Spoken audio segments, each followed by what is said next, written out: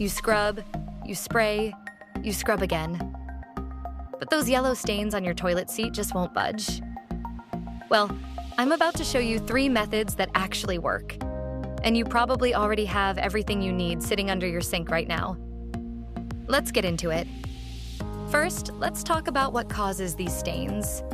It's usually a combination of urine residue, hard water minerals, and sometimes cleaning products that have actually yellowed the plastic over time.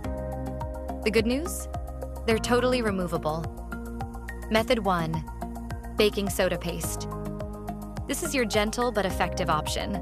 Mix baking soda with just enough water to create a thick paste.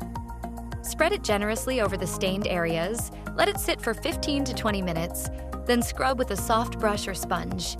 The mild abrasive action lifts stains without scratching. Rinse thoroughly and you're done.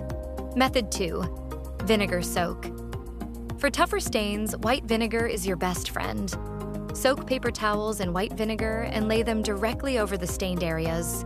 Let them sit for at least an hour, or even overnight for really stubborn stains. The acidity breaks down the buildup. Remove the towels, wipe clean, and rinse. Method 3. The power combo. This is for those really set-in stains.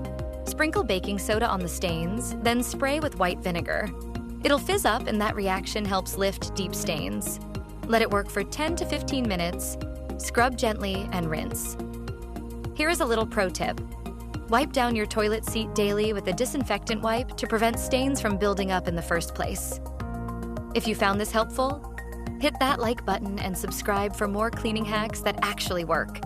See you in the next one on 21 Genius Baking Soda Cleaning Hacks for your home.